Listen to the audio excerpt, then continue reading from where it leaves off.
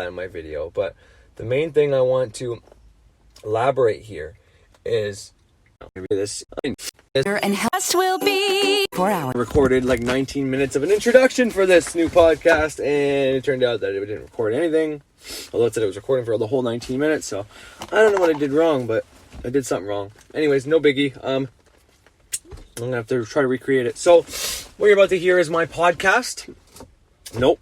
This is my podcast you're hearing. What you're about to hear is my my video from YouTube. And my video from YouTube. Sorry about that. A bunch of fuck faces around my house. Don't know if I need to punch one of them out. No, I'm just kidding. Although I'm not against fighting people. No, I'm just kidding. That's not balance. No, I want to talk about balance here. So, after you hear my my video from YouTube, you're going to also hear Frater Xavier explaining Saturn, the Sun, and Jupiter.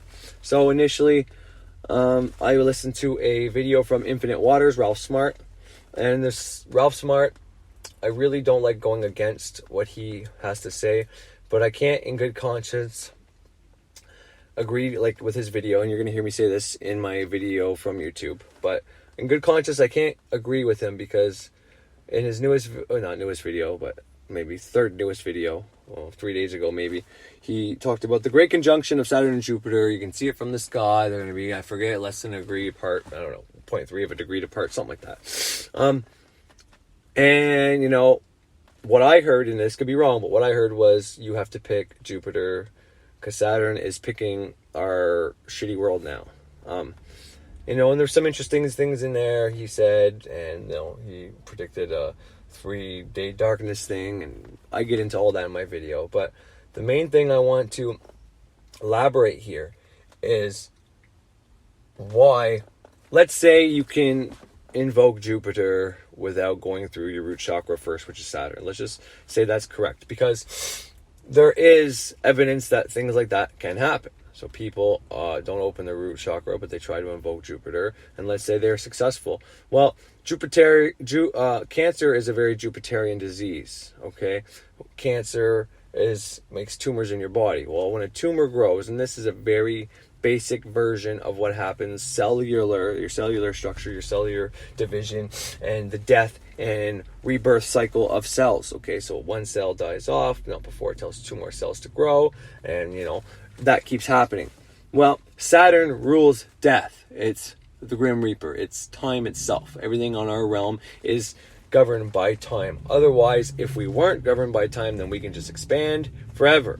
And, you know, you can make the case that, well, maybe when Jupiter was the god of gods, that's why we might have had giants and all that. And then Saturn had to come down and say, no, guys, too far. I don't want these humans being killed by all these giants, so I'm wiping you all out, you know. That is a symbolic story of why you need to add Saturn to Jupiter, because if you let things expand and grow and grow and grow and grow, people won't get satisfied by getting a ton of money. They're going to need more and more and more and more and more. So without the limitation, without boundaries, without something to push against, you won't get fulfillment, you know.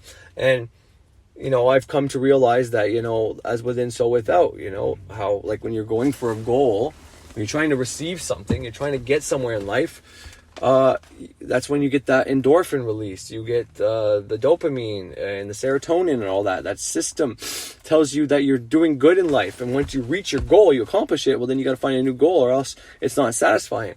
Well, that's within everything. And, you know, if you have cells that aren't limited by Saturn, that don't die off, well then if they just keep growing exponentially, it creates a tumor, okay? So this is just a good correspondence of how Jupiter needs to be restricted by Saturn within our realm. Because within our realm, we're not immortal. I mean, so we can develop these complicated diseases when we have too much Jupiter expand. Well, I want more and more and more and more, and Jupiter doesn't believe in not giving you more. Like there's no such thing as too much for Jupiter. So Saturn has to, you know, hold it at bay. Kill things off so Jupiter can keep giving you some. You need a little bit of debt, and then you can get some more money, and stuff like that. It's a cycle. It's a circuit. You can banish your debt. This way you can enjoy the money that Jupiter gives you. But if Jupiter keeps giving you more money, well, you might just keep getting more debt. If you want to keep getting more credit cards, if you decide to start focusing on all the things you don't have, Jupiter can give you more to focus on. We need Saturn there for that balance. And that's probably the best way I can put it. The only other thing I'd like to add to that is the Bible. Now, as much as I like to promote the Bible has good messages in it, the worst thing the Bible does, in my opinion, and I mean, this is part of that whole victim mentality thing and all that, because I think this is a byproduct of it. But I think above that, it suppresses 4 to 5 of the planet energies within everybody. Okay, so we can argue that Mary is a part of the moon or Venus or both, but it's not a full. It's not all of Venus. It's not all of the moon. It's like half of each of those aspects. But they've turned Lucifer into, Lucifer is half of Venus already fucking gone. So there's at least 4 planets that they'll have you focus on Jupiter being Jesus or Peter, and they have you focusing on the sun, which is the Son of God, which is also Jesus. But it's like you have those 2. But the dark side of Jupiter is you get more of what you don't want, and you enhance your problems and all that. Or if you're egotistical, which is like a dark side of the sun, having too much ego, thinking you're all smart, and you have blind faith and things like that. You're gonna hear Frederick Xavier talk about this. Well, let's say you have those 2 and you have the dark side of both those 2. Well, you can become a pretty zealot, fucking arrogant, self-righteous person, and we see that a lot within that religion, because they're not embracing all the other planets. They're all of the devil. So when I see someone talking about Saturn's bad, Jupiter's good, I just see Satan and God, the Old Testament versus the New Testament, shit like that. And it's like, it's unbalanced, and I don't like it. And this is not to insult Ralph Smart. I think he makes his videos for a reason. I think there's a certain type of person that needs to see exactly what he talked about today, and then from there, it's going to help them out. So I think it's a useful thing, and I don't know why I feel like I'm betraying him, so to speak, and why it doesn't bug me to go against someone like the Thunder Wizard as much, although I learned quite a bit from the Thunder Wizard as well. But there's a lot of things I learned from Ralph Smart. Like I read the Kabbalion because he started talking about the Hermetic principles before I even got into magic. So when I got into magic and I heard Frater talking about the Hermetic principles, I already knew them, and that's because of Ralph. I stopped eating meat, which gave me a whole bunch of clarity and a whole bunch of healing and different things like that. For me, I'm not saying everybody should stop eating meat. I'm saying when you stop eating meat, if you have a specific physiological, the way your body is, it might be beneficial, or it might be detrimental as well. So don't use that excuse to keep eating meat. Don't use it as an excuse to stop eating meat. Figure out what's good for you. Everybody needs to figure that out, and you can only figure it out. It's like, well, how did you know, Corey? Well, trial and error. I tried it and it worked. If I was to try it and it didn't work, I felt like shit and I was getting sick and all that, well, then I'd start eating meat again. But that didn't happen. So all that's to say is, that's where this video is coming from. It's not out of a need to correct or propel myself above someone like Ralph Smart. I watch Ralph Smart. I listen to him because he's got a big following, and people put value on what he teaches, and I want people to do that with what I teach one day. So if I watch people that do that, then I become like them, and I learn some teaching techniques and styles and a whole bunch of different things from Ralph. So that's why I watch him, but I can't, my conscience is screaming at me like, that's wrong what he's saying, that's wrong. And like I said, I was waiting for him to say something like, Saturn's not bad, it's the way you use Saturn that's bad, and people have used it in these dark ways, and we got to stop using those dark ways and embrace Saturn and use both Saturn and Jupiter together. But I didn't hear that. I heard just like Jupiter, and Saturn being bad, So that's where all this is coming from. So I'm going to get the show started, I guess, now. And that wasn't like 19 minutes like the last one. It was only about 8 minutes, but whatever. I probably babbled on for nothing. So since we're talking about the god of this realm, Saturn, okay, is the god of this realm. Jupiter is, and once again, there's like this thing, especially for males, that they can't become a man until they symbolically kill their father. Is like this saying. It's like an archetypal story, and it's true. Until you either have this fight or separate from your father or stop worrying about what your father thinks about you and you do you can't really become a good ruler or a good father or take on the responsibility of a family and all that. You know what I mean? So there's something to be said about Zeus being Kronos' son, or Jupiter being the son of Saturn. So, and he's the king, the restrictive, oppressive, disciplinarian king, and Zeus is the spoiled brat that has a lot of money that just wants to help and see people do well. But it's like only what Saturn is, and if you think Saturn is only, because they both have good and bad sides, right? But you can't just be that selfish kid who wants to just give his money away to other people and think his money's never going to run out, because the king's going to be like, no, you do that, you're going to run out of money and you're not fit to be king. But you also can't just be the oppressive old man who just like bosses people around and do what I said because I earned it, and you know what I mean? So you have to have the balance between the both. But anyways, I think that's enough. So I'm just going to play the song Hail to the King by Avenged Sevenfold, Avenged Sevenfold, and I dedicate it to my man Saturn up there, the ruler of this realm. But I guess the last thing I just want to say quickly is this celestial spiritual warfare people like to talk about. Well, if we want to stop that, we shouldn't be starting off our new age of Aquarius when we have these two heavy hitters, the god of expansion and the god of restriction, father and son, so close together, right around Christmas time, visiting family around Christmas time, guys. Like, I mean, I'm not Christian and all that, but the holidays are upon us. On the 21st of December, father and son are getting together in the sky. And instead of turning that into a beautiful thing, we're going to turn it into a fucking war, a death match. And then we like to say the celestials and the things that happen in space affect us down here, but when we start interpreting what's going to happen before it happens as a fucking war, then is there no doubt why it becomes war down here? Now, I know we have evidence of when these planets come together and they're opposite planets. One's fucking air, one's fucking water. I get all that, but I'm just saying we create our realities. So why don't we try something other than what has always been? You know what I mean? Why don't we just say, what if this is them two getting together up there to see if we can coexist down here? If we can have Saturn's old laws with the new Jupiterian way of life to create something better than the paradigm we already have, is all I'm saying. I think that'd be a better strategy than just having this death match between father and son, god of fucking expansion and god of restriction. Because telling you right now, Saturn's going to win because there's not enough people that actually have the Jupiterian energy. And if they did, they had to open their chakra to get there, so they understand that they're both needed. So it's like Saturn's going to have way more people on his side than Jupiter, and you're just going to get Jupiter fucked up. So let's not get Jupiter fucked up, because we need all these energies. Just because Saturn might be the ruler of his realm doesn't make him any better than Jupiter. That's a bad way of thinking.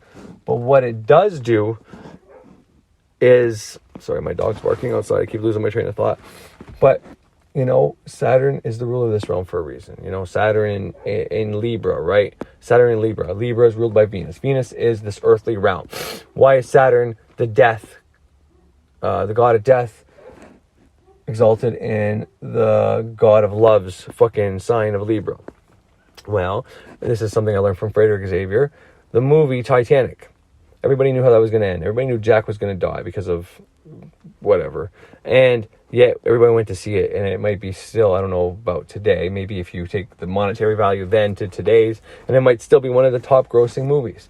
Well, because that's Saturn, death, sacrificing for love, Venus, That's the archetypal story that everybody loves. And that's why it's the god of this realm. The movie about Zeus and stuff like that don't do nearly as well as the movies that are archetypal about Saturn and Venus. They go together. You need restriction with love. You need boundaries. That's why you put a ring on and you sign a contract when you get married. The ring is Saturn. It's Saturn's ring. It's you're binded to your partner now. This is all stuff from Frater. So I'm going to play Frater. I'm going to play stuff from my book. Not my book per se. I didn't make the book. I say this another time in here. It's not my book. Liam Thomas Christopher's book, The Greater Ritual of the Hexagram of Why it's so goddamn important, from not aging as fast to lessening the planet's effects on you, just like the lesser banishing ritual of the pentagram reduces the programming and elements effects on you when you're doing your neophyte. Well, then you get to reduce the effects of those emotions in your limbic, those emotional deities in your limbic system within your brain, by using the greater ritual of the hexagram. So then when stuff like this happens, you have no need to worry. Anyways, I think that's enough for now. So hail to fucking Saturn, baby. Hail to the king right here on Saturday of all days of the week. I love it.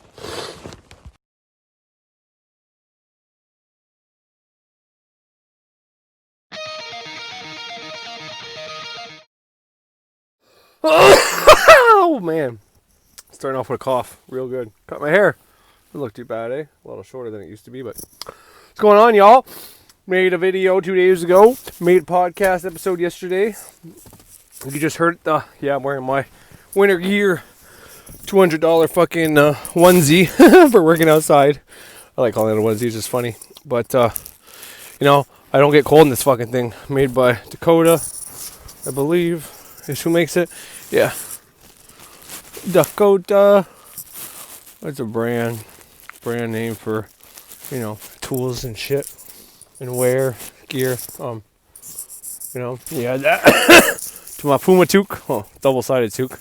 Go either way. It's kind of cool. I really like it, actually. This toque is bomb. Bomb diggity. Sorry, first smoke of the day. It's kind of fucking me up. All good.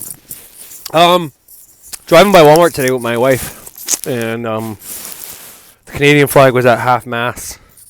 I'm like, do you know anything that happened today, or is there something bad that happened, or something going on? I was like, no. Well, it's just maybe a windy day. They put it down like that. No, something more to that, babe. She's like, oh, today's the day that there was a massacre 31 years ago, in 1989. A man in a engineering whatever killed 31 women, or no, killed 13, I think, women in Montreal, Quebec. So I think they're honoring that. He was fighting feminism. It was an engineer class, I believe, and he didn't think women should be engineers. Now, you know, these kind of guys would have be losing their shit today if they still thought that way, that women were, you know, beneath men and shouldn't be in these workplaces, because we're getting more and more our society is trying to become more and more egalitarian, and rightfully so. Equal opportunity is a great thing. Equal outcome is going to be hard to do with a whole bunch of other things, but I mean, my household, my wife makes like more than 3 times what I make, okay? So if you take my salary, you times it by 3, I'm not touching what my wife makes yet. You have to add like $7,000 to that, and then I'm at what my wife makes. But that's like dividing it by 3, you know? So you divide my wife's by 3, and then you have to minus $7,000, and then you're at what I fucking make. It's pretty sad. But it's not sad. It's going to my household. Like, I don't care. Understanding that, you know, I helped her get there is enough for me. And I didn't do the work to get her there. Like, she did the work. She did everything else. She did everything that was necessary. But when we started dating, like, I was there to watch her kids when she had to go finish school. I was there to help pay the bills and work while she was, you know, going from job to job and trying to find her way. And she went through all these different call centers because of me, and then she took the opportunity to apply for Service Canada, took the test and all that, and then wowed them at the interview and all that. And that's because I was able to be there financially supporting her, you know, because whenever she got that job, I was making decent money for my town anyways at the time.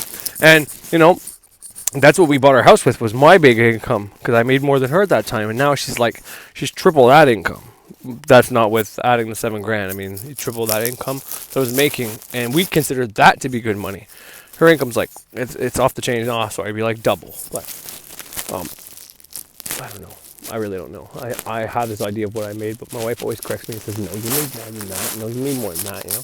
I always think it's like $20,000 I make a year, you know, like I'm poor. My wife's like, you're like, I almost have $40,000 there. And so it's like, that's why I said, I don't know if it's a third or half. But the point is, I know right now, especially with my last year of not working and being on EI and all that, and, you know, I'm not trying to glorify staying at home and being on EI, especially for men. But if you are going through something spiritual or something, you know, transformative, or you're trying to better yourself, sometimes you need that clarity, you know, get away from work.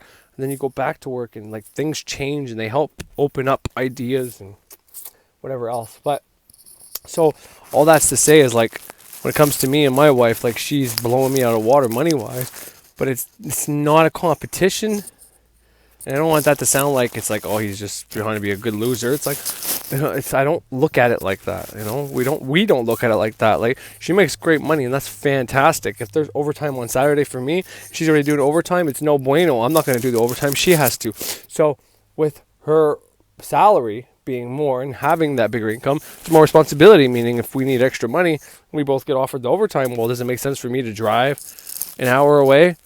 Hour and 15 minutes away, wasting that gas to make my time and a half. I mean, it still makes it worth it for me. Or her staying at home, making triple I already make, and then when you add overtime, which is time and a half or whatever to that, it's like it makes no sense. So that's part of her responsibility. Pros and cons, right?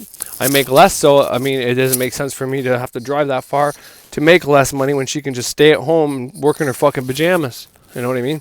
So, but the men that think that women should be below men and whatever the case is, it's like, you know, I agree to a certain extent that if you have small children and all that, I think it's important for a parent to stay home. I'm not going to say a woman. I said a parent to stay home. That's up to the woman.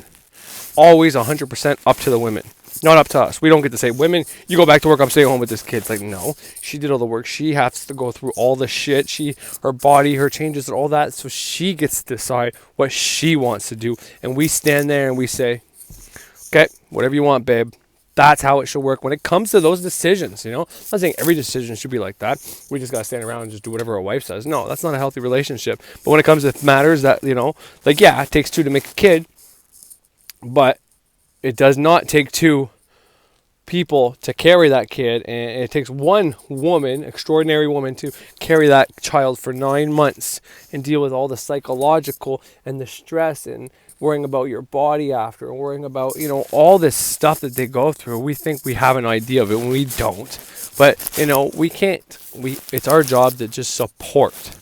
So, and if the woman says, you know what, and that's what happened with my last child. My wife got this great job that she has now. She was starting entry level at it. And if she didn't take it, she didn't know if she would get another chance to take it. So whatever you want, babe. She was already off by 5 months at that point, and she decided to take the job. So I got the other, or 6 months, and then I got the other 5 months, something to that effect.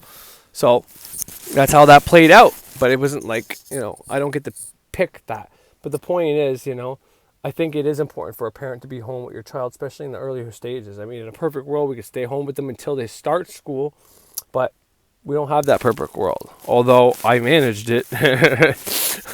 My daughter, my 4-year-old, okay, she started school this year, and except for maybe 6 months, I'd say, she was at a daycare, which really helped, by the way, which really helped her learning capabilities, being around other kids. It really sped it up. So maybe I got in the way of that, but I managed to stay home with her the majority of the time that we were that she was, you know, growing up. So, you know, it's possible. But anyways, I think it's important for that, because they need that attention. If the kids don't get that attention from their parents, I mean, if you bring your kid to daycare all day and then you come home after work, you pick them up, it's like, how much attention are they really going to get from you? And it's not your fault. I'm not blaming any parent that does that. I mean, if you're working and your kid's in you know, in a daycare and you're doing your thing and you're paying the bills and taking care of them, I mean, all the props in the world to you. I know how fucking hard that shit is. It is not fucking easy at all.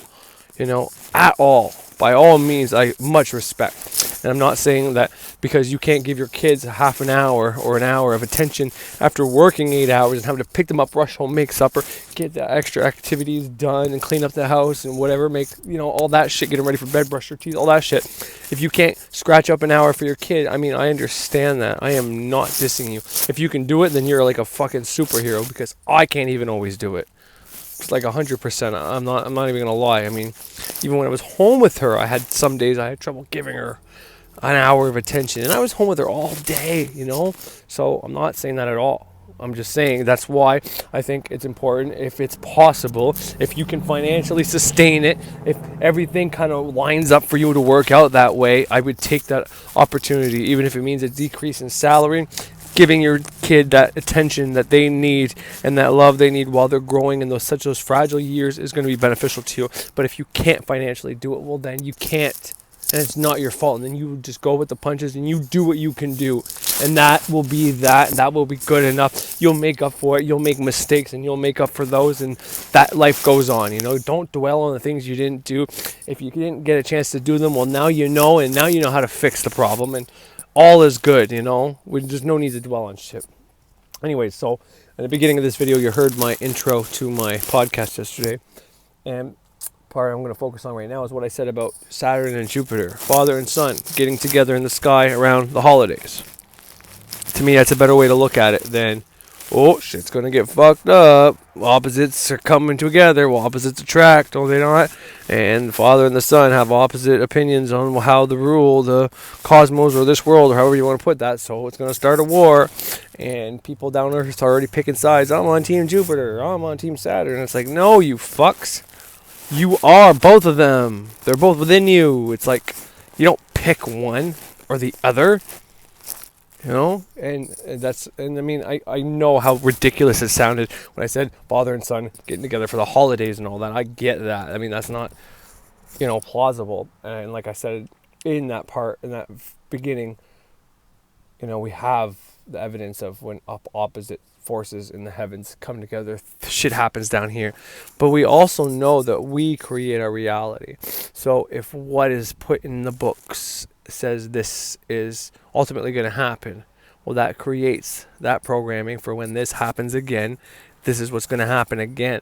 But there's also something else in other books that say what's written in books isn't always truthful and isn't always the final decision. Whenever we are the wild card always that we can create what can happen, well, then we can take a situation like this and change the outcome by envisioning them two getting along. The both good aspects of them coming together to make a new paradigm, both their shittier aspects of them, working together to not be so shitty. I mean, because you still need rules. Because if someone who doesn't want to grow up thinks it's shitty to fucking get a job and pay bills and all that, it's like, well, you have to do that. You don't get to stay at home and just watch YouTube all day and think you should just get money for free. That's not how this works. And if you're hoping for that, well, you're going to be very disappointed in your life. But you can find something you love to do that makes you happy when you do it, that doesn't feel like work, and get paid for it. That's finding your passion, but it takes work. And you're not going to find it by just sitting in your mom's basement or in your dad's house or wherever you are, just sitting at home watching YouTube videos thinking you're going to get enlightened by watching these videos. And if videos say by watching this you're going to become enlightened, well, you're once again going to be very disappointed because it happens within you. Now you can take the information from real teachers and they'll tell you how to pull out that information from within you, and then you go and practice those things, and then you pull that out, and then from there you find your passion potentially. But you're not just going to be able to sit at home and watch videos and then become enlightened and find your passion and bliss and make it profitable and then just get to stay there, watch videos without doing any work. I mean, there is going to be some work, but the goal is to do work that someone else values, that will pay you for that work, but at the same time, to you, it doesn't feel like work. It feels like play. It feels like fun. Time goes by. That's finding that passion and bliss. That's not enlightenment either, though. If you want to be able to heal people or have powers or be able to receive information from the cosmos and all that to use for people, that's my kind of idea of a job. I'd be able to get, if I can come on here and speak and teach and whatever the case is and help people grow and solve problems with using that channeled information that I get, that would be beautiful. I love that. That's my job. So that's why I'm cultivating this beginning steps while I still provide for my family while working a job that I semi enjoy doing, because I can see, this house has no eaves troughs yet. Okay, so we put that all on there so that there's no damage, and then we put on the siding on the house after, and then we do the masonry and we do the bricklaying. We make the fucking place beautiful. We make it not so beautiful to beautiful. I can see it. So it's fun, and I'm learning how to do this stuff, which is very useful. If I ever, later on, if I ever decide to move to other countries and help build houses for God knows who or whatever the case is, well, I know how to do foundation. I know how to do fucking roofing now. I know how to do the bricklaying. I know how to do the masonry. I know how to do the siding. I know how to do the eaves troughs. I know how to do the interior when it comes to putting up drywall. I know how to put studs. I know how to do headers and footers for whenever you're framing the house. I don't know how to do the roof truss per se yet, and a few other outside landscaping things, but for the most part, I'm getting a great foundation on how to build a whole fucking house.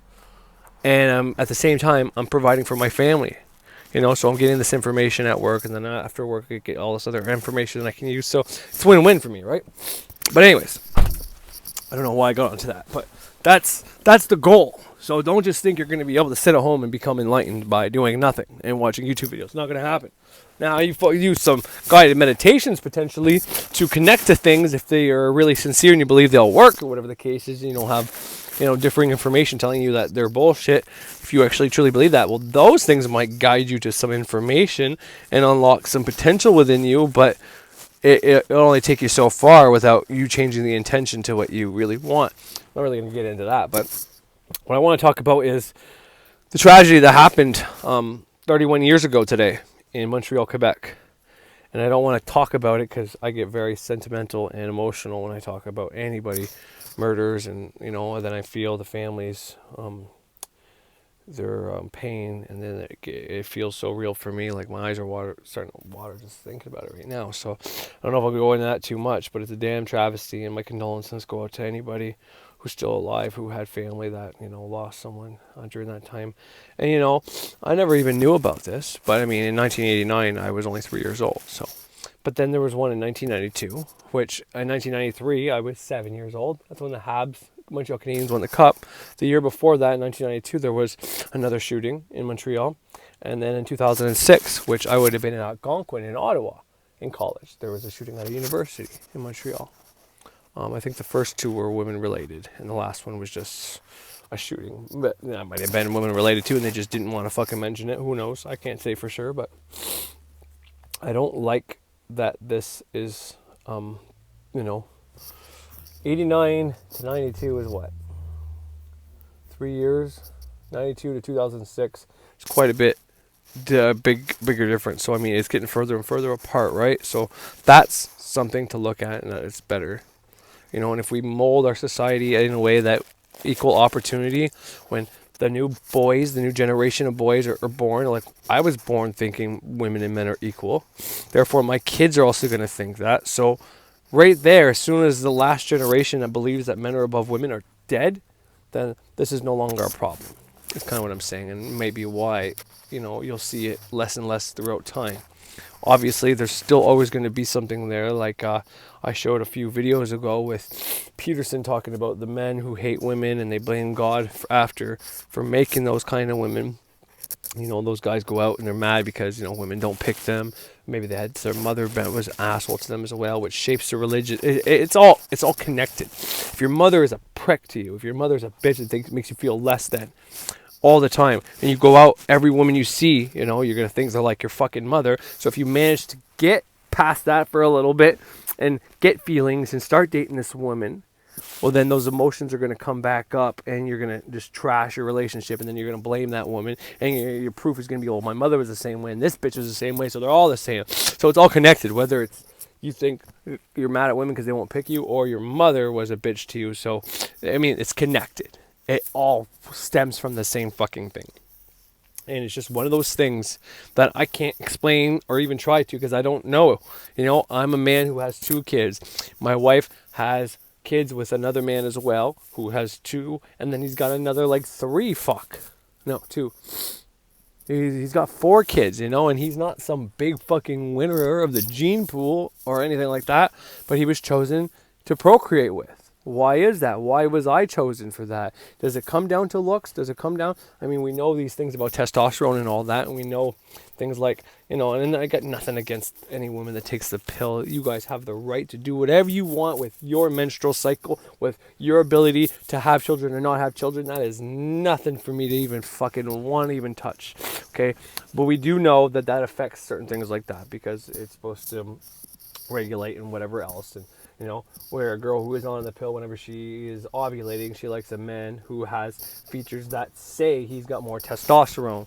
Whereas nowadays, women on that, they have that less of that estrogen, and they don't ovulate. I don't really know how it works, but it fucks with that system a little bit. Therefore, the woman doesn't always go after a man who has those features. And anyways, and then maybe when they stop and they realize they're with a man and they pick this man differently, and now they're really ovulating, having kids, and they're turned on by all these other men, and it's like, well, what do I do? Is that the woman's fault, or is that because she took a pill to be responsible and not have children at a young age? Now she wants to have children, and this, anyways, that's just something to think about. But I don't even want to go down that path. But all this is to say that I have no respect or no anything for any man out there who thinks he's above women. If any man thinks he's above women and thinks he should be able to dominate women or whatever the case is, you fucking come to my fucking house, buddy, and I'll fucking teach you how to respect women. Because there's no fucking room in my society, in our society, for that kind of shit anymore. Let's throw that shit by the wayside. Once again, I'm all for a parent staying home with children. If that wants to be the woman, that's up to the woman to decide. If she wants the man to do that, then that's up for the man to decide, or for them to decide together.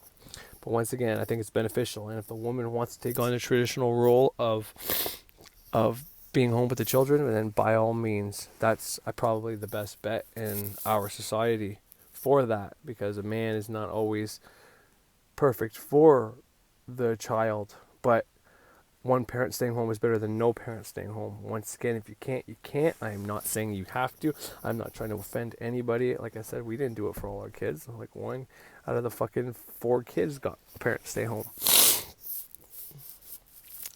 So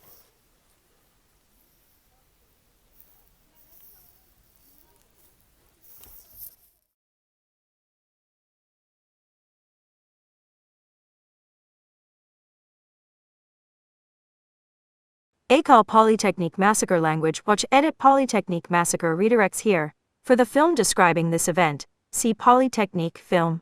The École Polytechnique Massacre French, Tuerie de l'École Polytechnique, also known as the Montreal Massacre, was a mass shooting in Montreal at an engineering school affiliated with the Université de Montréal. 14 women were murdered, and 10 women and 4 men were injured. École Polytechnique Massacre. Plaque at École Polytechnique commemorating victims of the massacre. Location Montreal, Quebec, Canada. Date December 6, 1989. 30 years ago. Target women at École Polytechnique de Montréal. Weapons Ruger Mini 14 hunting knife. Deaths 15. 14 by gunfire, including the perpetrator, and 1 by stabbing. Injured 14. Perpetrator Marc Lépine. Born Gamal Rodriguez Garbi. Motive misogyny, anti-feminism. On December 6, 1989. Marc Lépine entered a mechanical engineering class at the École Polytechnique and ordered the women and men to opposite sides of the classroom. He separated 9 women, instructing the men to leave. He stated that he was fighting feminism, and opened fire. He shot at all 9 women in the room, killing 6. Lépine then moved through corridors, the cafeteria, and another classroom, targeting women for just under 20 minutes. He killed a further 8 before turning the gun on himself. At the time, the incident was the deadliest mass shooting in Canadian history. In a search for a rationale since the attack, there have been debates over various interpretations of the events, their significance, and Lépine's motives. Many characterize the massacre as an anti-feminist attack representative of wider societal violence against women. The anniversary of the massacre has been commemorated as the National Day of Remembrance and Action on Violence Against Women. Other interpretations emphasize Lépine's abuse as a child, or suggest that the massacre was simply the isolated act of a madman, unrelated to larger social issues. 3-4. Still other commentators have blamed violence in the media. 5. An increasing poverty, isolation, and alienation in society. 6. Particularly in immigrant communities. 7. The incident led to more stringent gun control laws in Canada. It also introduced changes in the tactical response of police to shootings, changes which were later credited with minimizing casualties during the Dawson College shooting.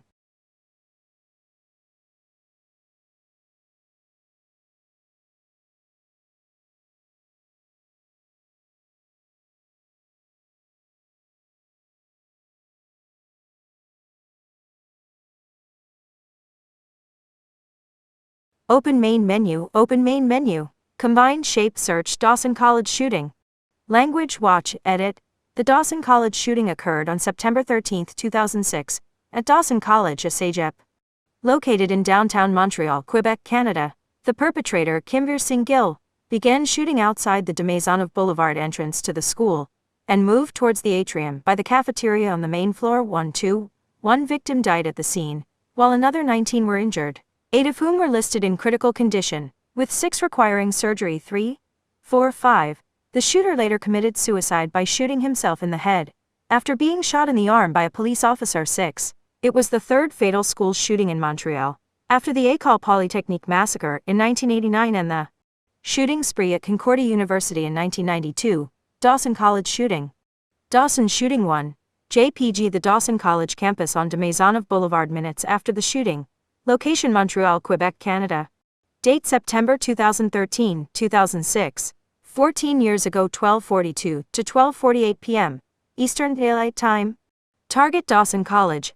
Attack type: school shooting. Spree shooting, murder, suicide, mass shooting. Weapons: Beretta CX4 Storm, semi-automatic carbine. Glock 21.45 caliber, semi-automatic pistol. Norinco HP 9-1 short pump action shotgun. Deaths to including the perpetrator, injured 19.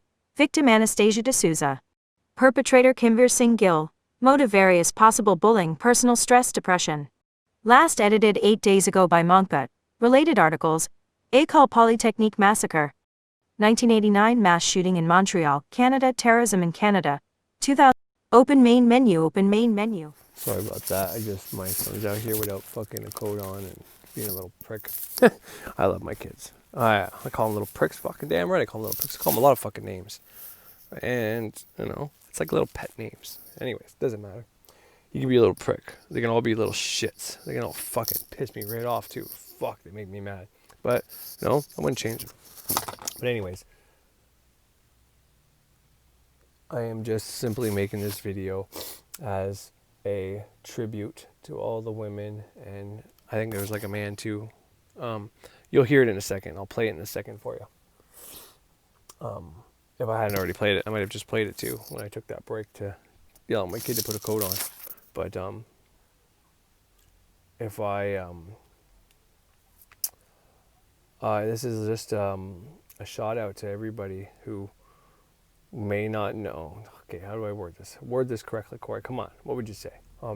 This is a tribute to all the people who are harmed, hurt, killed in all three of the incidents that I mentioned from the past, because there's no room for that in this society. And I just wanted to connect it to what I was saying about Jupiter and Saturn, so we can make this new conjunction about a war before it even starts. We're fucking we're the 6th of December today. It happens on the 21st, so we're like 14 days away, and already people are starting that it's going to be bad, this is going to happen, 3 days darkness, blah blah blah blah. It's like, when are we going to learn to stop stressing about things before they fucking happen? When are we going to learn to stop pretending that we know what's going to happen and just let things happen? And if we were smart, we would sway things the way we want them to go and not the way we don't want them to go.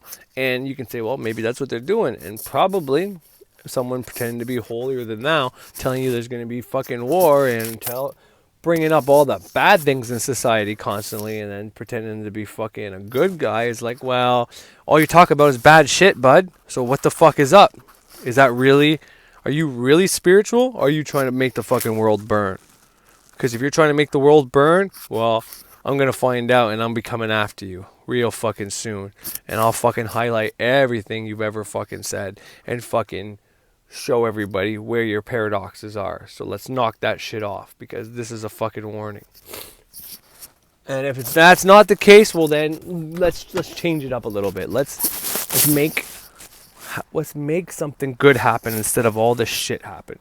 Let's not have any more of these George Floyd incidents, and let's not have any more of this coronavirus bullshit, and let's not have any more protests and Black Lives Matter shit. And I mean, that's a fucking good movement, and I am all for the people standing up for their own fucking rights, 100%. And all those things needed to be done, and I back them up. But what I'm saying is, let's stop those situations from happening in the first fucking place, so that things like that don't have to happen. So people don't have to take a beautiful movement like the Black Lives Matter movement and then use it as a way to fucking pillage and take and steal and cause havoc and use it to polarize us even more. Taking the good intentions and standing up for your own beliefs and rights and changing into some kind of war and battle. Taking Saturn and Jupiter coming together instead of harnessing that energy and seeing how beautiful it is and enjoying what could happen and and brainstorming on the possibilities of good that could be brought out of that, we take it and brainstorm on all the bad that's going to happen. And that's what I don't want to see anymore. I mean, I'm sick of that shit. I'm sick of people pretending to be spiritual, saying all this bad shit to everybody when they promote that we create our reality, yet they go out there and say what the bad things are going to happen and get a million fucking or 100,000 or 50,000 minds involved and push what they want to happen onto those minds, use their platform to fucking make things come into existence. That I'm not going to stand for anymore. If I think that's happening, I'm going to come after whoever's doing that shit. And, you know, I got fucking 52 fucking subscribers. That ain't much, but 52 fucking people will find out about your bullshit. And if those 52 people know another 52 people who know another 52 people, well, eventually it'll get the message across that someone is not doing, does not have the intentions of the whole at heart. So let's focus on the change we want to become and not the change we don't want to see. Let's stop giving energy to shit we don't want to have, that we don't want to happen. And let's put our energy in something we do want to happen. Anyways, that's it for today. It's Sunday, and I'm gonna go enjoy time with my family before 5 a.m. comes fucking early ass in the morning, man. I don't need to. I want to do things with my girls and my sons and all that and have a great weekend. So if I come back on, it's because I need to. I need to fucking whoop someone's ass. It's because they're, guiding people's minds in the wrong directions. And by all means, anybody who I attack, if they want to come after me, well then go for it, buddy. I got nothing to hide. I've been open about my drug addictions. I've been open about my marriage. I've been open about working. I've been open about what I fucking manifested. I've been open about everything. I don't have dirty laundry out there that people can use against me. I take it out and I put it out fucking on purpose. I am far from a fucking perfect being. I am far from someone who's has a great fucking life. But what I do have is a life that I'm grateful for. And I have people I have to protect. So if someone's out there saying stuff that can put the people I protect in harm, then you are an enemy of mine. And don't be fooled. I may believe in balance and treating people right, but I'm not going to stand for anybody who's trying to be secretive and hidden and hiding their real motivations behind some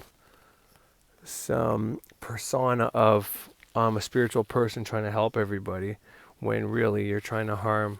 I'm not going to stand for that, and I'm going to fucking come after you with everything I fucking got.